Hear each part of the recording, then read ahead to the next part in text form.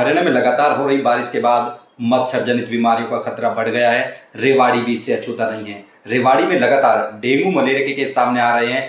आंकड़ा 100 को पार कर चुका है। यदि आज की बात कर ले, कल तक का आंकड़ा करीब 126 था, जो डेंगू जो पॉजिटिव मरीज आए थे उनका आंकड़ा है। वहीं इसी तरह से मलेरिया के केस भी 10 से ज्यादा हो चुके हैं। ऐसे में कहीं ना कहीं बेहद जरूरी है इसका बचाव किया जाए, क्योंकि जिस तरह से स्प्रेड होता है कहीं ना कहीं खतरे की घंटी कहा जा सकता है। लेकिन यदि जागरूकता के साथ इसका सामना किया जाए तो इससे बचा भी जा सकता है। इसको लेकर हमने बात की है, जो रेवाड़ी के सीएमओ डॉक्टर नरेंद्र दैया, उनसे बात की है, उनको भी दिखाएंगे उन्होंने आखिर क्या क्या। उससे पहले बात कर लेते हैं, हमारे साथ मौजूद है डॉक्टर सुधा यादव, और उनसे जानेंगे आखिर किस तरह से बचाव करें और कितना खतरनाक है डेंगू। मैम, स्वागत है आपका जी।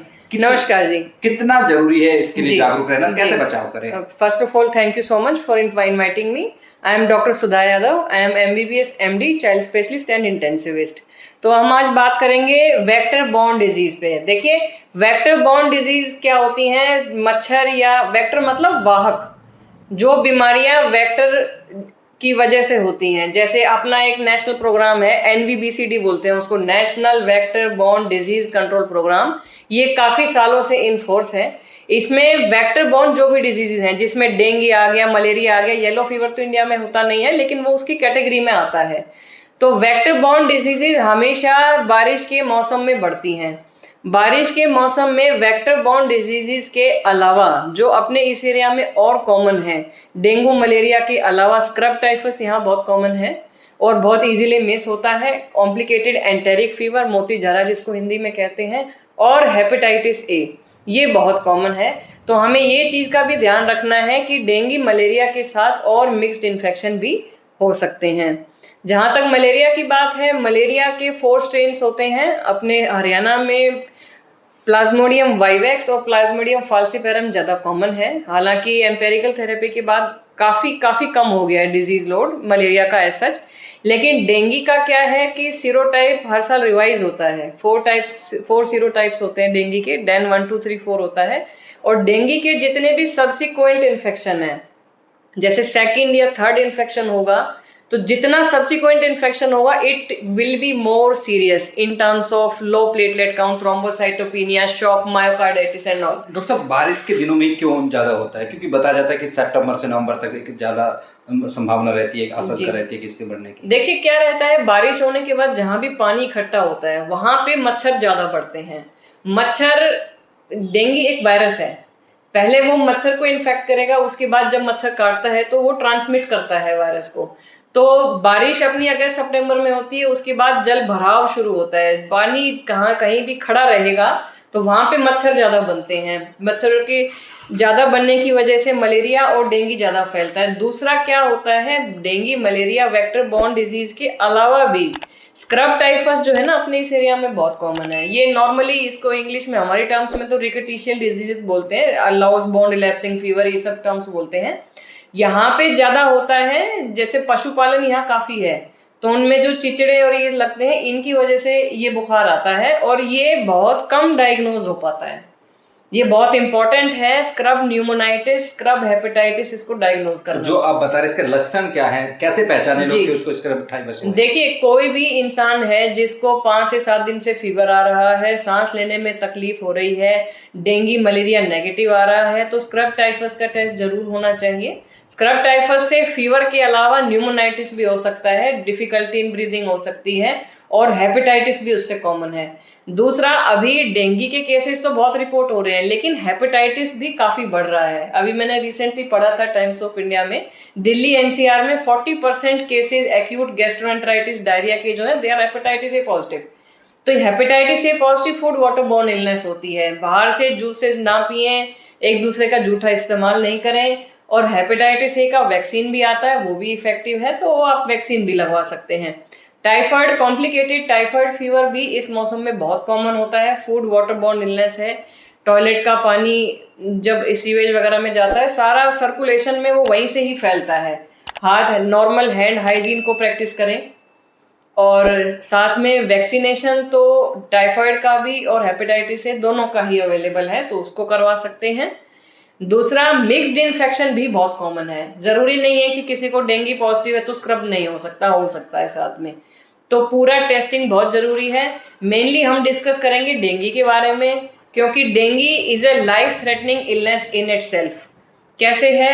शुरू में 2 से 3 दिन फीवर आएगा। डेंगू का टेस्ट कभी भी आप डे 1 पे ना करवाएं, क्योंकि डे 1 पे वो पॉजिटिव आएगा ही नहीं। हमेशा डे 2 या डे 3 पे NS1 एंटीजन का टेस्ट करवाएं। और तीसरे चौथे दिन जब फेब्राइल फेज होता है, जब फीवर कम आता है, that is the phase of complications. उसमें प्लेटलेट्स कम हो सकते हैं। सेकेंडली, डेंगू में डेथ प्लेटलेट से बहुत कम होती है। ज़्यादा प्रॉब्लम आती है, थर्ड स्पेस लॉस होता है डेंगू में, सोजन आती है, आपकी इंट्रावास्कुलर वॉल्यूम कोलैप्स होती है। तो हमेशा एक चीज़ का ध्यान रखें कि बहुत पानी भी पीना है, प्लेंटी ऑफ फ्लूइड्स लेने हैं। WHO ORS बहुत फायदा करता है, BP भी मेंटेन रखेगा, यूरिन आउटपुट भी ठीक रखेगा, आपके सारे ऑर्गन्स ठीक रहते हैं। ये बहुत कम लोगों को पता है कि डेंगू के अंदर ORS से बहुत फायदा होता है। दूसरा, कुछ चीज़ें हैं जैसे कि कुछ लोग कच्चा बकरी का दूध पीते हैं, तो कच्चा बकरी का दूध पीने से डेंगू में तो कोई फर्क नहीं पड़ता है, लेकिन उसमें ब्रूसेला होता है। डेंगू तो ठीक हो जाता है, लेकिन ब्रूसेलोसिस हो जाती है पेशेंट को। 10 दिन 20 दिन तक फीवर आता रहता है। 10 दिन 20 दिन तक फीवर आ रहा है तो that is not because of dengue. तो कच्चा दूध किसी का भी, भैंस का या बकरी का कच्चा दूध नहीं पीना है। दूध में एक बार उबाल आना जरूरी है। यदि कच्चा दूध पियेंगे तो अदर इन्फेक्शंस हो जाएंगे। डेंगू में तो कुछ फर्क नहीं पड़ेगा, लेकिन अदर इन्फेक्शंस होंगे। दूसरा, जो लोग रेगुलर नहीं पीते उनको बहुत वायलेंट गैस्ट्राइटिस हो जाता है, वॉमिटिंग, डायरिया हो जाएगा, वो कॉम्प्लिकेशंस को ऐड करता है। तो गिलोय और ये सब चीज़ें जो है, they are not an approved therapy for increasing platelet. वो वायरल सप्रेशन होता है प्लेटलेट्स का, वो जैसे बीमारी ठीक होगी उसी के हिसाब से वो बढ़ता है। डॉक्टर साहब, आपने बहुत अच्छी बात बताई कि जिस तरह से गिलोय की बात करी या फिर दूध की बात करी, कॉमन सी हमारे जो आसपास के लोग यही करते हैं कि भाई आपको डेंगू है, प्लेटलेट डाउन गई है, तो इस तरह की चीज़ों का यूज करते हैं। कितना जरूरी है और लोगों क्या करें, मेन क्या करें, इनको अवॉइड करें तो करना क्या चाहिए, क्योंकि लोग जानना चाहते हैं। देखिए, मैं बताती हूँ, डेंगू एक वायरल इन्फेक्शन है। कोई भी वायरल इलनेस का जो टोटल ड्यूरेशन ऑफ इलनेस होता है वो 7 to 10 डेज है। यदि कोई भी बुखार 7 दिन से ऊपर है तो it is not dengue, first. दूसरी चीज ये होती है, डेंगू के 2 से 3 दिन फीवर आता है, तीसरे चौथे दिन के बाद कॉम्प्लिकेशंस का फेज शुरू होता है। कोई स्पेसिफिक एंटीवायरल थेरेपी डेंगू के लिए नहीं है, आज तक बनी नहीं है।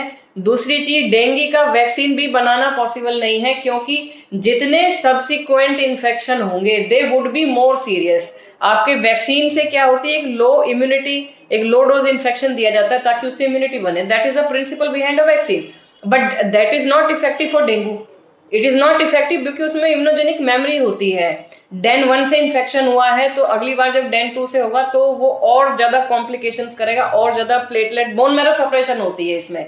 बोन मैरो सप्रेशन तब ठीक होगी जब वायरल लोड जैसे जैसे कम होगा, बॉडी का इम्यूनिटी रिस्पॉन्स बढ़ेगा, तो अपने आप प्लेटलेट राइज कर जाता है। बहुत बार पेशेंट को 6000 पे भी ब्लीडिंग नहीं होगी, और ब्लीडिंग में एक्सोजिनस आप प्लेटलेट दे भी देंगे तो उससे आपका प्लेटलेट काउंट मोमेंटरीली ही राइज करेगा। जब तक पेशेंट का इम्यून सिस्टम कवर नहीं करेगा तब तक डेफिनेटिव डेंगू का ट्रीटमेंट नहीं होता है। तो सबसे मेन चीज तो जो मिसकंसेप्शंस है उनसे बचना है। गिलोय कच्चा दूध पीने से कोई फायदा नहीं होता है, ये कोई अप्रूव्ड थेरेपी नहीं है। कोई कच्चा पपीता खाता है, कोई पपीता के पत्ते खाता है, मतलब लोग बहुत तरह की चीजें यूज करते हैं, ये कॉम्प्लिकेशन को ऐड करेंगे। क्योंकि already gall bladder oedema, vomiting, loss of appetite ये डेंगू में होता है, और अगर इस तरह की चीजें खाएंगे तो बीमारी और बढ़ेगी। पेशेंट भी एप्रीहेंसिव होता है कि ठीक नहीं हो रहा, और डॉक्टरों के लिए भी उसको ठीक करना और मुश्किल हो जाता है। डॉक्टर साहब, आपने तमाम बातें रखी। एक बच्चे स्कूलों में जाते हैं, एक बड़ा एक वर्ग है बच्चों का, वो किस तरह से प्रभावित, क्योंकि लगातार बच्चे यदि चपेट में आएंगे तो ज्यादा फैलेगा, वो किस तरह से बचे? देखिए, सबसे इम्पोर्टेंट तो बच्चे हैं, बड़े हैं, कोई भी हैं, फुल स्लीव्स के कपड़े पहनने हैं, पजामा पहनना है, शॉर्ट्स नहीं पहनने हैं। दूसरा, कोई भी एंटी मस्कीटो मेजर, चाहे फिर फॉगिंग है, शीट यूज करते हैं, ऑल आउट, कोई भी वो सब यूज कर सकते हैं। लेकिन सबसे इम्पोर्टेंट क्या है, शॉर्ट्स नहीं पहनने हैं। फुल स्लीव्स का कुर्ता पजामा या जो भी ड्रेस है फुल स्लीव्स का होना चाहिए।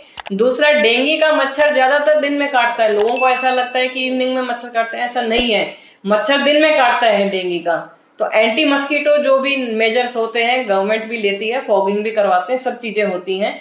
कूलर, अभी तो इतने कूलर यूज नहीं होते, एसी ज्यादा यूज होते हैं, लेकिन पहले कूलरों में लोग उसमें ऑयल डाल देते थे, पेट्रोल या कुछ ना कुछ डाल देते थे उसमें, ताकि मच्छर का अंडा मर जाए वहां पर। वो भी इफेक्टिव मेजर है। एंटी मस्कीटो तो बहुत सारे मेजर्स, और नेट जो होता है वो सबसे इफेक्टिव है, उसकी कोई टॉक्सिसिटी नहीं है। एक ऑल आउट तो 100 सिगरेट्स के बराबर स्मोक प्रोड्यूस करती है वो, और कॉम्प्लिकेशंस को ऐड करती है।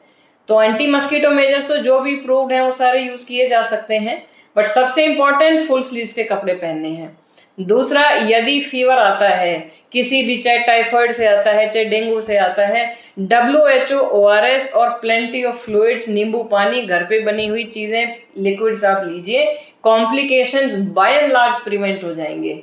डेंगू में मोस्टली सपोर्टिव थेरेपी है, स्पेसिफिक एंटी डेंगू कोई थेरेपी नहीं होती है। सपोर्टिव थेरेपी से 95% पेशेंट रिकवर होते हैं। पीने का क्या ध्यान रखें ताकि बचा जा सके पहले से ही, क्योंकि प्रिकॉशन भी जरूरी होती है, तो उससे पहले क्या करें ताकि देखिए, जो वेक्टर बोर्न इलनेस है, मतलब जो मच्छर से फैल रही है, उसका तो खाने पीने से देखिए ज्यादा रिलेशन है नहीं। दूसरा, जो आपका टाइफाइड फीवर है और आपका हेपेटाइटिस ए है, ये फूड वाटर बोर्न होता है। Hepatitis A, hepatitis E is more common in pregnant females, और बाकी लोगों में होता भी है तो बहुत माइल्ड होता है। लेकिन हेपेटाइटिस ए काफ़ी ज़्यादा पीलिया, एंकीफेलोपैथी, ये सब चीज़ें करता है, लंबा कोर्स होता है उसका। तो उसमें hand hygiene, proper cooking of food, ये सब चीज़ें प्रैक्टिस करी जा सकती हैं। और बाहर से जूसेस नहीं पीने हैं, वो सबसे बड़ा सोर्स होता है, मक्खियाँ वहाँ बैठती रहती हैं। और देखिए, डेवलपिंग कंट्री है, फ्लाइज और ये चीज़ें तो होती हैं, तो बाहर से खाना पीना अवॉइड करना है, वो जरूरी है। वो फूड वाटर बोर्न इलनेस का वो सोर्स है। यदि घर में किसी को हो जाता है टाइफॉइड या हेपेटाइटिस ए हो जाता है, तो बाकी लोग अपने आप को वैक्सीनेट करा सकते हैं। खाने पीने में यूनिवर्सल प्रिकॉशन जो है, हैंड हाइजीन मेंटेन करना, एक दूसरे का जूठा नहीं करना, ये चीज़ें प्रैक्टिस करी जा सकती हैं। और सबसे इम्पोर्टेंट, अगर किसी को फीवर है, कोई प्रॉब्लम है, तो 2 से 3 दिन में किसी भी डॉक्टर को दिखाएं और उसकी सलाह के हिसाब से काम करें। देखिए डॉक्टर सुधा ने बताया कि किस तरह से जो तमाम तरह की धारणाएं होती हैं, किस तरह से लोग दूध, बकरी का दूध पीने से डेंगू से बचा जा सकता है, तमाम इस तरह के प्रैक्टिस लोग देखते हैं, हम अमूमन आम लोग इस तरह का करते हुए देखते हैं, लेकिन उन्होंने बताया कि ये कहीं ना कहीं इसके से नुकसान ज्यादा झेलना पड़ सकता है। ऐसे में जरूरी है कि किसी जो भी स्पेशलाइज्ड डॉक्टर है उसको जरूर दिखाएं, ताकि पता लग सके, उसको डायग्नोज किया जा सके और मरीज को कहीं ना कहीं ठीक किया जा सके। ऐसे में जिस तरह से लगातार बारिश हो रही है, जल भराव की स्थिति आपके चारों ओर देखी जा सकती है, इसमें जरूरी है कि अपना ध्यान रखें। वहीं सरकार की ओर से तमाम दावे किए जाते हैं, लेकिन अभी भी फॉगिंग रेवाड़ी में दिखाई नहीं देती। ऐसे में रेवाड़ी नगर परिषद को जरूरत है कि फॉगिंग जरूर कराए, क्योंकि जल भराव की स्थिति में जहां मच्छर पनपते हैं, फॉगिंग बेहद कारगर होती है। फॉगिंग को लेकर हमने रेवाड़ी के सीएमओ से भी बात की, आखिर क्या वजह है कि फॉगिंग नहीं हो पा रही। मैं कह रहा था कि अब शहर में नगर परिषद की ओर से कराई जाती है, वहीं गांव में पंचायतों की ओर से कराई जाती है। इसमें तमाम जो लोग जिम्मेदार हैं अपनी जिम्मेदारी का निर्वहन करें, ताकि जो मच्छर जनित बीमारी है उससे बचा जाए। आपको दिखाते हैं रेवाड़ी के सीएम डॉक्टर नरेंद्र दहिया ने इन तमाम डेंगू से बचाव को लेकर क्या क्या और किस तरह से बचाव किया जा सकता है। डॉक्टर, जैसे लगातार बारिश हो रही है तो कहीं ना कहीं मच्छर जनित बीमारियों का बढ़ने का खतरा रहता है, तो रेवाड़ी के क्या हालात हैं, क्या तैयारियां उससे निपटने के? रेवाड़ी के इस समय ये पोजीशन है जी कि रेवाड़ी में इस समय हमारे पास लगभग 124 केस डेंगू के हैं, जिसमें प्राइवेट और सरकारी लैब से चिन्हित जो केसेज हैं वो टोटल हैं, और 10 केस मलेरिया के हैं। और लगातार हमारी डोमेस्टिक ब्रीडर चेकर्स की टीम लगी हुई है, वो घर घर जा रही हैं, घर चेक कर रही हैं, और अपना जो जहाँ लार्वा मिलता है वहाँ लोगों को नोटिस दे रही है। अभी तक हमने लगभग 17,62,054 घरों को हमारे डीबीसी ने चेक कर लिया है, और लगभग 2,000 को हम नोटिस दे चुके हैं। हमारी टीमें लगातार काम कर रही हैं, अपना प्रयास कर रही हैं, लेकिन इस बार मानसून थोड़ा शिफ्ट हो गया है, और शिफ्ट होने के कारण बारिश भी एक्सटेंड हो गई है, तो उसके कारण से अभी ये दौर थोड़े दिन और चलेगा, और हम पूरी कोशिश कर रहे हैं कि हम इन हालात को और आगे ना बढ़ने दें और कंट्रोल कर लेंगे। तमाम लोगों से क्या अपील करेंगे ताकि ज्यादा से ज्यादा बचाव हो सके? उनकी भी कुछ जिम्मेदारी होती है तमाम लोग। हाँ, हम आमजन से यही अपील करना चाहेंगे कि आप जो है अपने आसपास कहीं भी पानी इकट्ठा ना होने दें। हम और विभागों से भी तालमेल करके उनको ये एडवाइस कर रहे हैं कि पानी की निकासी का उचित जो है वो प्रबंध करें, और लोगों से यही है कि कहीं भी पानी इकट्ठा ना होने दें। उनके कूलर हैं, उनके गमले हैं, कोई पुराना घड़ा रखा हुआ है या कोई टायर है, कहीं भी साफ पानी को इकट्ठा ना होने दें और पानी की निकासी सुनिश्चित करें ताकि मच्छरों का लार्वा पनपने ही ना पाए। सर हम पहले देखते थे बहुत ज़्यादा फॉगिंग होती थी, छोटे छोटे थे, लेकिन पिछले कुछ सालों से बात करें तो फॉगिंग उस स्तर पे दिखाई नहीं देती जो होनी चाहिए।